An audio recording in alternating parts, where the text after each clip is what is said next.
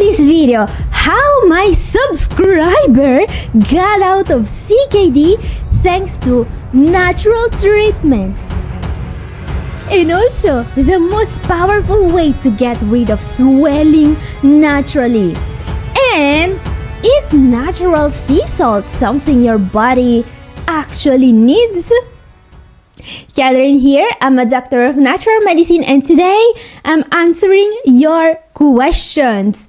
And since I love kicking things off with a success story, let's look at this amazing comment from a subscriber called Wihao Kiam. Here's what he says. Thank you, Dr. Catherine. I just came back from hospital for my every 3 months kidney checkup. I am a CKD stage 3A patient. 26 February 2025, my estimated GFR was 49. Okay, so just a few months ago, his GFR was in a bad spot, but there is more. Let's read. When I got the medical results, I was very happy. It is a big gift for me. My creatinine was 97 umol per liters and my estimated GFR was 72. I mean, he calls this improvement a gift. My friend, winning the lottery is a gift. Reversing CKD is more like stealing fire from the gods. Yeah, that's huge! Your GFR went from 49 to 72 in 3 months. That's less time than it takes your doctor to actually remember your name. Congratulations! And guys, he also shared what he did. Let's take a closer look. I went on a very low protein foods, only vegetables and fruits with no animal protein foods and salts. Plant-based diet only. So he started a strict renal diet with all the bells and whistles, right? And I know I've recommended this approach a million times already, but guess what? It works. That's why I will always recommend it. But there is more. He is also taking a powerful herbal tea. Astragalus roots, cordyceps flowers, and CoQ10 150 for 3 months. Oh, amazing! Thank you so much, Wihao Kiam, for sharing your story. And the tea. So, what he is doing is pairing a plant-based, low-protein renal diet with a tea made from astragalus and cordyceps. And frankly, these are two of the most scientifically sound natural remedies for CKD. If not, the two most scientifically sound remedies. So thank you so much, Wihao Kiam, for sharing this. And guys, what about I share something with you now? You should be seeing on screen right now my most effective recipe. This is a way of preparing an astragalus and cordyceps decoction. And yes, decoction sounds like witchcraft, but relax, the only spell we're casting is better lab results. In fact, a decoction is not just your regular tea. It's what naturopaths do to make sure you are getting the best from these powerful ingredients. Feel free to take a screenshot right now. This recipe may not be sorcery, but it's the closest we can get to what with natural remedies. But today's video is all about your questions. So why don't we move on to a question from the same person that shared his success story with us? I mean, I feel like it's the least we can do for him, right? So this person, Wihao Kiam, also said this in his comment after sharing with us his incredible improvement. Except my sodium was very low, 131 millimole per liters. Now, I know this is not really a question, but he is talking about an issue many patients are having, sometimes without even noticing, too low sodium levels. So the question is, how do we increase sodium levels in your lab reports? Now, this is a vital question, literally. Sodium is one of the most important electrolytes in the body and it's literally vital to keep an eye on it, especially if it's too low. That's not a good thing. And I know what you might be thinking right now. He also said that he is following a low sodium diet, right? So maybe that's the reason why his sodium is now too low? I mean, it sounds straightforward, right? You stop eating salt and your serum sodium decreases. Solution? Eat something savory. And I know it sounds right on paper, but please guys, just put down that bag of chips you found in the back of your cupboard. And not just because it expired in 2016, also because it won't help you at all. Let me explain. If your serum sodium is low, there are usually two main reasons for this issue. One is medications, especially diuretics. When a patient is taking too many diuretics, especially thiazide diuretics, it can cause sodium levels to drop. But honestly, this is not super common in CKD patients. It can happen, but it's not the main cause. The most common reason? Fluid retention. Yes, in most CKD patients, low sodium is actually caused by holding on to too much water, not by losing salt. When you have fluid overload, swelling, edema, puffy legs, sometimes even lung congestion, your sodium gets diluted by all that extra water, alright? That's what we are usually looking at when we see low sodium in lab reports. And do you know what happens when you eat that bag of chips from 2016? I mean, besides questioning all your life choices and wondering if this is rock bottom, well, what happens is that your body throws a water retention party. More sodium pulls in even more water. More water means more swelling. And well, trying to fix fluid overload with chips would be like trying to fix a tsunami by throwing water balloons at it. So, in short, low sodium in your lab reports usually doesn't mean you are eating too little sodium. It means there is too much fluid going around. And now the natural follow-up question is, hi Doc Catherine, what should be done when the patient is swollen and bloated? This is a question that Irene Francisco made, and she always asks interesting questions. Now, of course, your doctor might want to look into diuretics if you are suffering from swelling. Or if you are in stage 5 CKD, they might start talking about dialysis. Because, well, there are just two ways fluids can leave the body, through the kidney or through a dialysis machine. Now, something your doctor probably won't be looking into are natural diuretics. Yes, they are natural options that will help your kidneys get rid of excess fluids safely. So, let's talk about them, because one of the main issues CKD patients are facing is having to deal with the excess fluids that cause swelling and edema. This is a common issue, and we can solve it naturally with some gentle diuretics that are going to be extremely effective if used correctly. So, question, how do you find the best diuretic for you? Let's take a look at my table, because these are some really effective options. Beetroot, for example, is amazing if your main concern is high blood pressure. And while patients in the early stages might just drink a cup of beetroot juice during the day in order to decrease swelling and lower blood pressure, if you are in the advanced stages, it's better to consider the extract because it doesn't contain any extra potassium. Please note that you can see doses both for the extract and for the natural form of each remedy in my table on screen right now. Now, if beetroot alone is not enough, I don't recommend increasing the dose. Instead, combine it with either rosehip extract or astragalus membranaceus. I don't recommend combining beetroot with either hibiscus or dandelion. You don't want to risk your potassium to increase too much.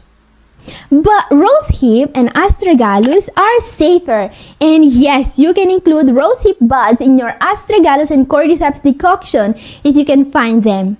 So look at this table, and depending on the results you need, combine 2 or 3 of these together. But which ones are better, you may ask? Well, a combination I often recommend is astragalus and hibiscus. Astragalus is one of the most effective natural treatments for advanced CKD. It really works, and it doesn't just fight high blood pressure and swelling. It also helps with anemia and proteinuria, and it directly protects the kidneys. And if you also add hibiscus, you might be able to seriously reduce the need for blood pressure medications. Call it a win-win. Kidneys happier than a kid in a candy store, and blood pressure meds gathering dust just like that treadmill in your garage. Anyway, you know guys, hearing stories like we have Kiams and seeing real improvements in labs, swelling, kidney function tells us why it's so important to get the right advice, not just from random tips from the internet. Every kidney patient story is different, and it's very rare that the general one-size-fits-all advice out there will make a big difference. This is why, if you want more personalized advice, I offer one-on-one consultations. If you decide to book a consultation, I will have only one goal: help you get the results you want quick. My consultations are tailored to your labs, your symptoms, and your needs, so you don't waste time on what doesn't work and start focusing on what actually will. If you're ready for real answers, just send me an email at catherine@newhopeforkidneypatients.com or click the link below. Let's get your own kidney success story started. Okay guys, next question. This one comes from Lawrence99. He asks, Catherine, you have got to do a video on salt. Oh, I guess this is what I'm doing now. The information out right now is really confusing and mostly self-contradicting. Well, thanks for the constructive criticism then. And he goes on, and finally we get a question. Sometimes you say seriously minimize sodium to the barest minimum, and now you say stop. What are we supposed to believe or to follow? Oh, I love the passive aggressiveness of the question. It tells me he has high blood pressure, probably because he eats too much sodium. Lawrence, put down that salt shaker now and look at this. This you see here is all the salt you need in a day. Not in a meal, not for breakfast. Nope, in a whole day. And here's a fun fact. Probably about 100% of those watching me right now are getting even more than the sodium you see here, just from the normal foods they eat every day, even if they never use the salt shaker. The American Heart Association recommends no more than 2,300 milligrams of sodium a day. But the ideal limit is no more than 1,500 milligrams a day. And guys, 1,500 milligrams of sodium is exactly the amount of salt you accidentally inhale walking past the McDonald's, alright? You see, the sliced bread here, those 3 little puny slices of bread already have almost 500 milligrams of sodium in them. Yep. So if you eat some bread, you are already at 1/3 of your recommended daily intake. And of course, bread is not even close to be the worst offender. If you eat any canned soup, vegetable juice, salad dressing, pickles, or God forbid, tomato sauce, you may be getting triple the amount of sodium you need in a day in just a single meal. So here's my recommendation. Unless you farm all the food you eat in your own little garden, there is not a single chance in the world you are getting too little sodium. Nobody is. And this means your goal is getting as little sodium as you possibly can. Be particularly careful with packaged foods, since many food items are more packed with sodium than a Subway card at rush hour. So aim for 0 sodium and hope for the best. But don't think even for a second that you could be eating too little sodium, okay? That never happens. And I hope this clears it, guys. Now, let's move on to another very important question about sodium. Let's talk about sodium bicarbonate. So the question is, can you take sodium bicarbonate if you have high blood pressure? Okay, this is a very important, very relevant question because of course sodium bicarbonate contains some sodium and we have already seen how little sodium per day you need, right? But what if you are trying to limit sodium because you have some swelling or high blood pressure and your doctor says you need sodium bicarbonate? Is that safe? Well, here is the thing, guys. If your doctor is actually telling you to take sodium bicarbonate, do it. Yes, that is going to be safe. It's even going to help with your blood pressure. A bit. Because you see, the vast majority of doctors that I know are very conservative with how they prescribe sodium bicarbonate. It's almost always prescribed in low doses and only when patients' serum bicarbonate levels are very low.